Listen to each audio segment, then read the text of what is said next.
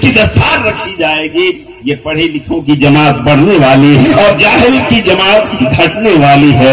اللہ اللہ علم کی دولت مانگی ہے. حضرت عائشہ نے, حضرت ابوبکر صدیق رضی اللہ تعالیٰ عنہ نے علم کی دولت مانگی ہے. اور یہ کیسی دولت ہے؟ کل میدان محشر میں حافظوں کے والدین جب حاضر ہوں گے خدا کی بارگاہ میں تو اللہ تبارک و تعالیٰ ان کے سر پر نورانی تاج سجائے گا. کہو سبحان اللہ. آج کتنے خوش ہوں گے ان کے والدین. سبحان اللہ سبحان اللہ. جنہوں نے اپنے بچے کو مدرسہ تیغیہ بحر العلوم کی ٹوٹی چٹائی پر بیٹھنے کے لیے گھر کا گدا نہیں بھیجا ہے, گھر کا بستر نہیں بھیجا ہے, رسول اللہ کی سنت چٹائی اسی پر بیٹھنے پر اپنے بچے کو مجبور کر دیا ہے. حالانکہ گھر میں ساری آشائشیں ہیں, سارا آرام موجود ہے, مگر گھر کا آرام تیاگ کر یہ بچے مدرسہ کی سرزمین پہ آئے اور قرآن پڑھ کر کے اور قرآن اپنے سینے میں بسا کر کے آج وہ والدین خوش ہو رہے ہوں گے میرا بچہ ایک کام کر رہا ہے. یہ بچہ اس کے والدین جب خدا کی بارگاہ میں کل میدان محشر میں حاضر ہوں گے اور ان کے سروں پہ نورانی تاج سجایا جائے گا تو یہ والدین کہیں گے مولا میرے پاس نہ ایسی نماز ہے, نہ ایسا روزہ ہے, نہ ایسی زکات ہے, نہ ایسا حج ہے, نہ کوئی ایسی نیکی ہے, نہ ایسی کوئی تلاوت قرآن ہے. میرے پاس تو کوئی عظیم نیکی نہیں ہے, مگر یہ میرے سروں پر یہ دستار کیوں ہے, یہ پگڑی کیوں ہے, یہ نورانی عمامہ کیوں رکھا گیا ہے؟ اللہ تبارک و تعالیٰ فرمائے گا سنو اے بچوں کے والدین, حافظوں کے والدین, تمہارے بچوں نے مدرسہ تیغیہ بحر العلوم کی سرزمین پہ بیٹھ کر, ٹوٹی چٹائی پہ بیٹھ کر, پھٹے ہوئے بستر پہ بیٹھ کر تمہارے بچوں نے میرے قرآن کے 30 پارے اپنے سینوں میں سجائے. اور سے بولو, تمہارے بچوں نے مدرسہ تیغیہ بحر العلوم کی چٹائی پہ بیٹھ کر اپنے سینوں میں قرآن کے 30 پارے سجائے.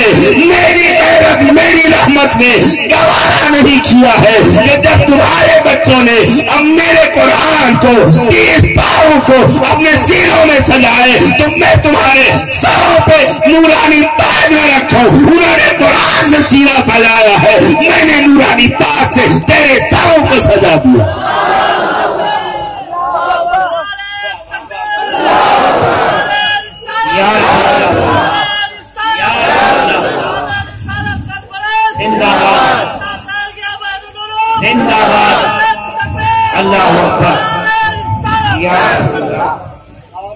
آج کے جلسے کی سرپرستی پیر طریقت رہبر شریعت گلے گلزار قادریت حضرت صوفی انوار احمد صاحب قبلہ خوبصورت سرپرستی.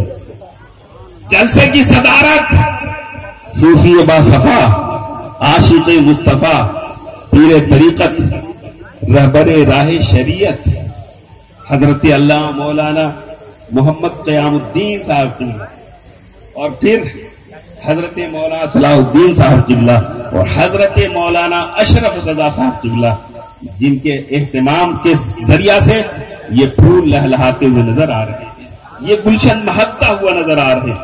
آپ اندازہ کرو حضرت عائشہ نے کیا مانگا؟ علم کی دولت. کہہ دو سبحان اللہ. علم کی دولت مانگی حضرت عائشہ رضی اللہ تعالیٰ عنہا نے. اللہ کے رسول صلی اللہ علیہ وسلم مسکرائے.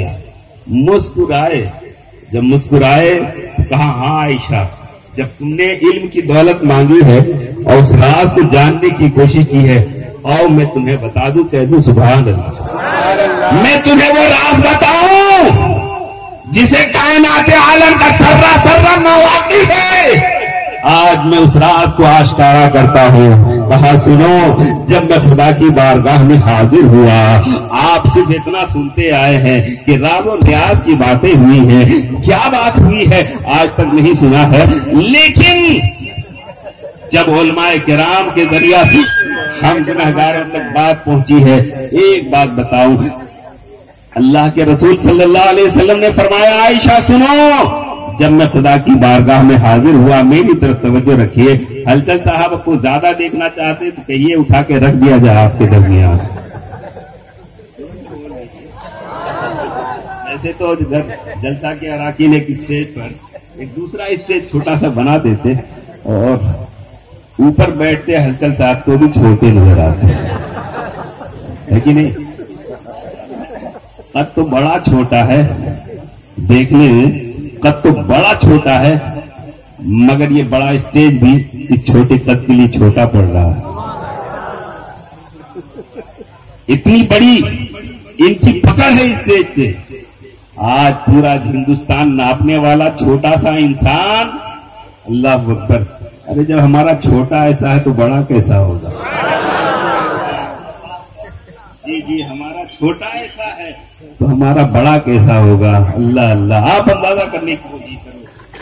اور ان بڑوں سے جو اور بڑے ہیں، خانقاہ والے ہیں، دل والے ہیں، مدینے والے ہیں، وہ کیسے ہوں گے؟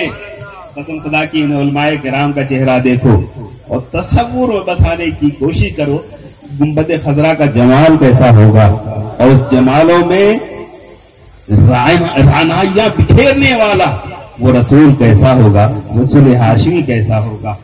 تو حضرت عائشہ سے فرمایا عائشہ سنو، جب میں قرب خاص میں حاضر ہوا کہ تو سبحان اللہ، میں قرب خاص میں حاضر ہوا تو اللہ تبارک و تعالیٰ نے فرمایا محبوب میں نے اپنی ذات پر لازم کر لیا ہے، میں نے اپنی ذات پر لازم کر لیا، حالانکہ کوئی چیز خداوند قدوس کی ذات پر لازم نہیں، مگر کوئی چیز لازم کر لے یہ اس کا انعام ہے، اس کا اکرام ہے، اس کا فضل ہے، اس کا احسان ہے، اس کی شان کریمی ہے۔ محبوب سے فرمایا محبوب میں نے اپنی ذات پر اس چیز کو لازم کر لیا ہے کہ آپ کا کوئی امتی، آپ کا کوئی امتی، آپ کا کوئی دیوانہ، آپ کا کوئی چاہنے والا، آپ کا کوئی امتی اگر کسی امتی کا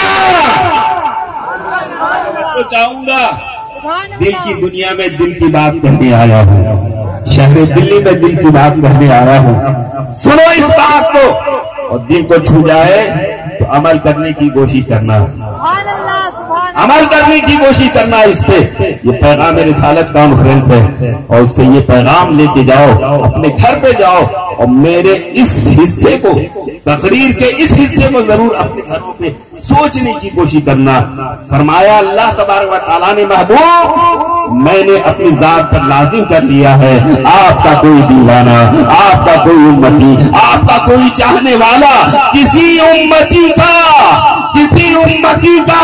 ٹوٹا ہوا دل چھوڑ دے، آپ کا کوئی امتی کسی امتی کا ٹوٹا ہوا دل چھوڑ دے، رب فرما رہا ہے میں اسے بلا حساب بلا کتاب کے جنت دے دوں گا۔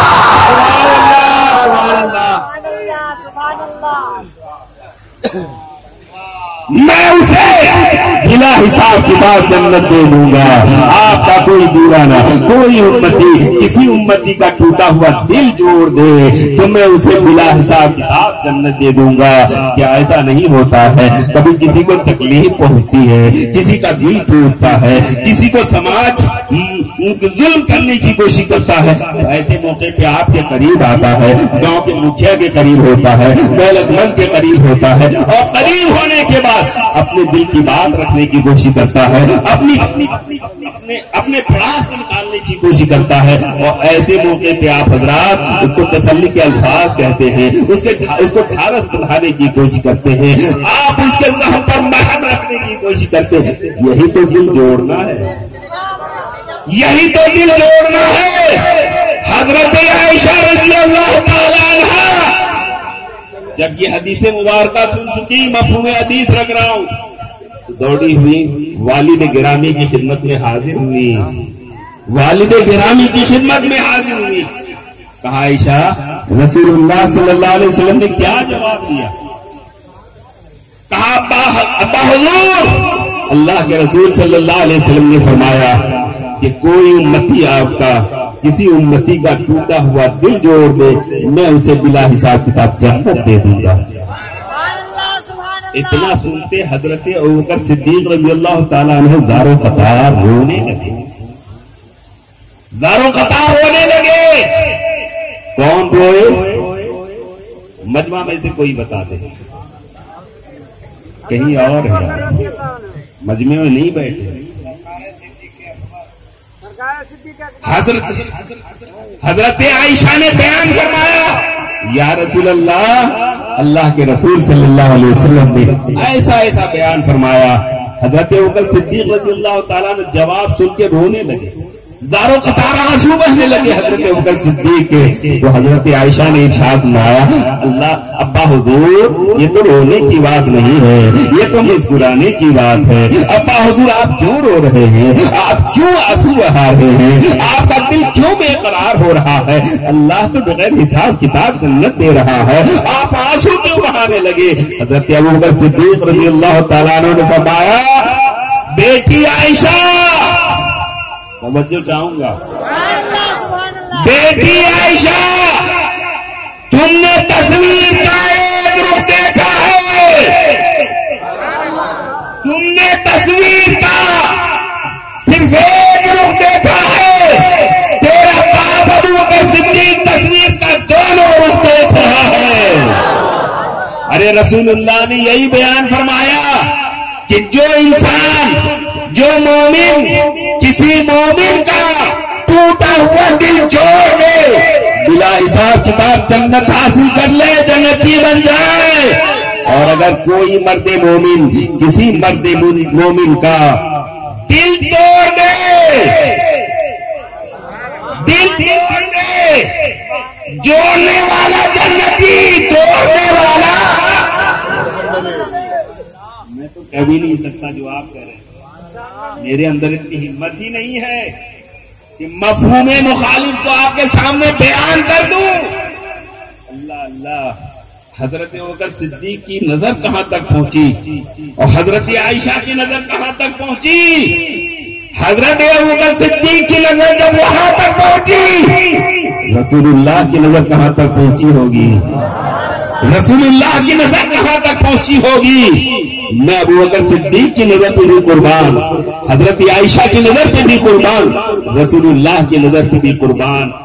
دل توڑنے کی بات آئی ہے تو ایک بات اور آپ کے سامنے رکھوں. ایک مرتبہ ایک صحابی رسول کہا یا رسول اللہ صلی اللہ علیہ وسلم، مجلس سجی ہوئی صحابہ کرام کی، اللہ کے نبی بیٹھے ہیں، پیغام رسالت ہے تو پیغام سنتے ہوئے جاؤ. اللہ کے رسول صلی اللہ علیہ وسلم بیٹھے ہیں، صحابہ کرام کا مجمع ہے. ایک کنارے سے ایک صحابی کھڑے ہو گئے اور کھڑے ہونے کے بعد کہا یا رسول اللہ آج کئی دن ہو گئے میرا بچہ مجھے نہیں مل رہا ہے. یا رسول اللہ آپ کے ہاتھ ایسے ہیں، آپ کے لب ایسے ہیں، کیا آپ کے لب سے جو الفاظ نکل جائے رب اسے فوراً قبول کرتا ہے؟ یا رسول اللہ آپ ایسے رسول کیا آپ کی ہر دعا قبول؟ اس جملے پہ نہیں بولو گے سبحان اللہ، پہ بولو گے کیا حضرت ہلچل سیوانی صاحب کے ہی جملے پہ بولو گے؟ کوئی ساٹھ گاٹھ تو نہیں ہے؟ پہلے اجازت دے دیجیے، زور سے بول دو سبحان اللہ، اور زور سے بول دو سبحان اللہ. کہا یا رسول اللہ آپ دعا فرما دیں میرا بچہ مجھے مل جائے. اتنے میں مجمع کے دوسرے کنارے سے ایک صحابی کھڑے ہو گئے. کہہ دو سبحان اللہ، مفہوم حدیث رکھ رہا ہوں. دوسرے کنارے سے ایک صحابی کھڑے ہو گئے اور کھڑے ہونے کے بعد ارشاد فرمایا یا رسول اللہ ابھی جب میں آپ کی مجلس کی طرف آ رہا تھا، اے اللہ کے رسول صلی اللہ علیہ وسلم، میں نے اس کے بچے کو فلاں باغ کے اندر کھیلتے ہوئے دیکھا ہے. کہہ دو سبحان اللہ، کھیلتے ہوئے میں نے اس کے بچے کو باغ کے اندر دیکھا ہے، فلاں باغ کے اندر دیکھا ہے یا رسول اللہ اس کا بچہ وہاں موجود ہے۔ اتنا سننا تھا کہ وہ صحابی رسول کھڑے ہوئے اور کھڑے ہونے کے بعد بے تحاشا بھاگنے لگے، بے تحاشا بھاگنے لگے۔ اللہ کے رسول صلی اللہ علیہ وسلم نے بلایا اس صحابی کو، بلایا اس صحابی کو، آواز دو اس صحابی کو جو بے تحاشا اپنے بچے کی فکر میں بھاگ رہا ہے۔ صحابی رسول بلائے گئے۔ اللہ کے نبی، اللہ کے رسول صلی اللہ علیہ وسلم کی بارگاہ ناز میں جب وہ صحابی رسول حاضر ہوئے، حاضر ہونے کے بعد اللہ کے رسول صلی اللہ علیہ وسلم نے پوچھا، میرے صحابی بہت جلدی ہے، بہت جلدی ہے، بہت بے قراری ہے، بہت بے تحاشا بھاگ رہے ہو، آخر کیا بات ہے؟ کہا یا رسول اللہ آپ تو جانتے ہیں باپ اور بیٹے کی محبت کیسی ہوتی ہے، باپ اور بیٹے کی محبت کیسی ہوتی ہے یا رسول اللہ، محبت پیدری کا عالم کیا ہوتا ہے دنیا کو بتانے کی ضرورت ہے، آپ کو بتانے کی ضرورت نہیں ہے، آپ کو عالم ما کانا و ما یکون ہے۔ اے اللہ کے نبی آپ کا مرتبہ تو وہ ہے کہ خدا خود فرماتا ہے الرحمن علم القرآن، رحمان وہ ہے جس نے محبوب آپ کو قرآن بتایا ہے، قرآن سکھایا ہے، اور قرآن وہ ہے جو تبیان لکل شیء ہے۔ اے اللہ کے محبوب قرآن میں تو ہر چیز کا کھلا ہوا بیان موجود ہے، محبت پیدری کیا چیز ہوتی ہے یا رسول اللہ آپ کو بتانے کی ضرورت نہیں ہے۔ اے اللہ کے نبی آپ تو جان رہے ہیں بیٹے اور باپ کی محبت کیسی ہوتی ہے، محبت نے مجھے مجبور کر دیا ہے، میں بے تحاشا بھاگ رہا ہوں، بیٹے کی محبت میں بھاگ رہا ہوں۔ اللہ کے نبی نے فرمایا ٹھیک ہے جاؤ، ضرور جاؤ، یہ تمہاری محبت ہے۔ پھر صحابی بولے مفہوم حدیث رکھ رہا ہوں یا رسول اللہ صرف میری بات ہوتی میں برداشت کر لیتا، مگر میں جتنا بے چین ہوں اس کی ماں، بچے کی ماں مجھ سے زیادہ بے چین ہے، بہت زیادہ بے چین ہے۔ ماں کبھی گلیوں میں ڈھونڈ رہی ہے، ماں کبھی سڑکوں پہ ڈھونڈ رہی ہے، ماں کبھی محلے میں ڈھونڈ رہی ہے، ماں کبھی جنگلوں میں ڈھونڈ رہی ہے، بہت بے قرار ہے ماں، بہت مضطرب ہے ماں، بہت مضطرب ہے ماں، بہت بے چین ہے ماں، آنسو بہا رہی ہے ماں، کھانا نہیں کھا رہی ہے ماں، اس لیے کہ وہ ماں ہے میں تو برداشت کر سکتا ہوں، اپنے کلیجے پہ پتھر رکھ سکتا ہوں،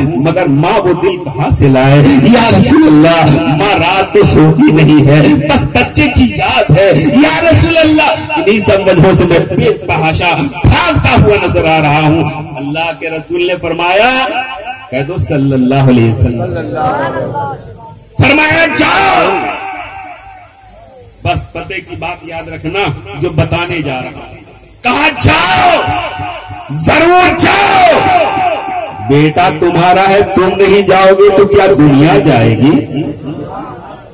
بیٹا تمہارا ہے تم ضرور جاؤ، مگر میری ایک بات یاد رکھنا، میری ایک بات یاد رکھنا، یا رسول اللہ حکم ہو جائے، فرمایا جائے یا رسول اللہ وہ کون سی بات ہے؟ اللہ کے نبی نے فرمایا جب تم باغیچے کے قریب ہو جاؤ، تمہاری نظر بیٹے پہ پڑ جائے، بیٹی کی نظر تمہاری نظر سے ٹکرا جائے، ایسے موقع پہ بیٹا کہتے ہیں آواز دینا، بیٹا کہتے نہ پکارنا، نام لے کے آواز دینا۔ یا رسول اللہ نام لے کے کیوں نہ پکاروں، آخر تو میرا بیٹا ہے، میں نام لے کے کیوں پکاروں، بیٹا کیسے کیوں نہ پکاروں، آخر تو وہ میرا بیٹا ہے، میرا نور نظر ہے، میرا فرزند ارجمند ہے، میرے دل کا ٹکڑا ہے، میرا لخت جگر ہے، بیٹا کہتے کیوں نہ آواز دوں، نام لے کے کیوں نہ پکاروں۔ اللہ کے رسول صلی اللہ علیہ وسلم نے ایسے موقع پہ جو بات بتائی ہے اب وہ بتانے جا رہا ہوں، اپنے کان کو بھی کھولو، دل کے دروازوں کو بھی کھول کے رکھنا۔ اسلام کتنی باریکی پہ نظر رکھتا ہے، رسول اللہ کی نظر کہاں شہادت پہنچتی ہے، اس باریکی پہ دھیان رکھنا۔ اللہ کے رسول صلی اللہ علیہ وسلم نے فرمایا میرے صحابی تمہیں نہیں معلوم جہاں تیرا بچہ ہے وہاں اور بھی بہت سارے بچے ہوں گے، جہاں تیرا بچہ ہے وہاں اور بھی بہت سارے بچے ہوں گے۔ اے میرے صحابی تو اگر بچوں کو آواز دے گا، اپنے بیٹے کو پکارے گا، نہ جانے کتنے دنوں سے تیرے بچے پر تیری نظر نہیں پڑی ہے، تو جب اسے پکارے گا، زور سے بول دو سبحان اللہ، تو جب اسے پکارے گا، تو جب اسے آواز دے گا، بلا کا درد تیرے لہجے میں ہوگا، بلا کی محبت تیرے لہجے سے جملے سے ٹپک رہی ہوگی۔ اے میرے صحابی جب تو اپنے بیٹے کو آواز دے گا، بیٹا کہہ کے پکارے گا، ہو سکتا ہے ان بیٹوں میں کوئی یتیم بیٹا بھی ہو، کوئی یتیم بچہ بھی ہو۔ اگر تم نے اپنے بیٹے کو بیٹا کہہ کے پکارا، یتیم بچے کا کلیجہ چھلی ہو جائے گا، دل ٹوٹ جائے گا یتیم بچے کا، وہ سوچنے پہ مجبور ہو جائے گا آج میرا بھی باپ یہاں موجود ہوتا، آج میرے بھی والد گرامی یہاں موجود ہوتے، میرے والد نے مجھے بیٹا کہہ کے پکارتے، آج میرا باپ کسی میدان جنگ میں شہید نہیں ہوا ہوتا، تو میرے سر کے اوپر شفقت کا تاج رکھنے کے لیے میرا باپ یہاں موجود ہوتا، مجھے بیٹا کہہ کے آواز دے رہا ہوتا، مگر میرا باپ تو کسی جنگ میں شہید ہو چکا ہے، وہ مجھے بیٹا کہہ کے کیسے پکارے؟ اے میرے صحابی اس کا نام لے کے پکارنا، بیٹا کہہ کے نہ پکارنا۔ اسلام کسی کا دل توڑنے نہیں آیا، اسلام تو دل جوڑنے آیا ہے، اسلام توڑنے کا نام نہیں ہے، اسلام تو جوڑنے کا نام ہے۔ زور سے بول دو میرے تمہارے آقا کسی کا دل توڑنے نہیں آئے، آقا تو دل جوڑنے آئے ہیں، اسلام جوڑنے کا نام ہے، اسلام توڑنے کا نام نہیں ہے۔ زور سے بول دو اور زور سے بولو، یہی وجہ ہے کہ حکم ہے کسی بیوہ کے سامنے کوئی اپنی بیوی سے اظہار محبت نہ کرے، اظہار محبت نہ کرے، اس لیے کہ اگر کسی بیوہ کے سامنے جس کا شوہر انتقال کر گیا ہو، جس کا شوہر دنیا سے گزر گیا ہو، اس بیوہ کے سامنے اگر کوئی شوہر اپنی بیوی سے اظہار محبت کرے گا، بیوہ کا دل ٹوٹ جائے گا۔ اسلام دل توڑنے نہیں آیا ہے، اسلام تو دل جوڑنے آیا ہے، اسلام توڑنے کا نام نہیں ہے، اسلام دل جوڑنے کا نام ہے۔ ارے زور سے بول دو سبحان اللہ۔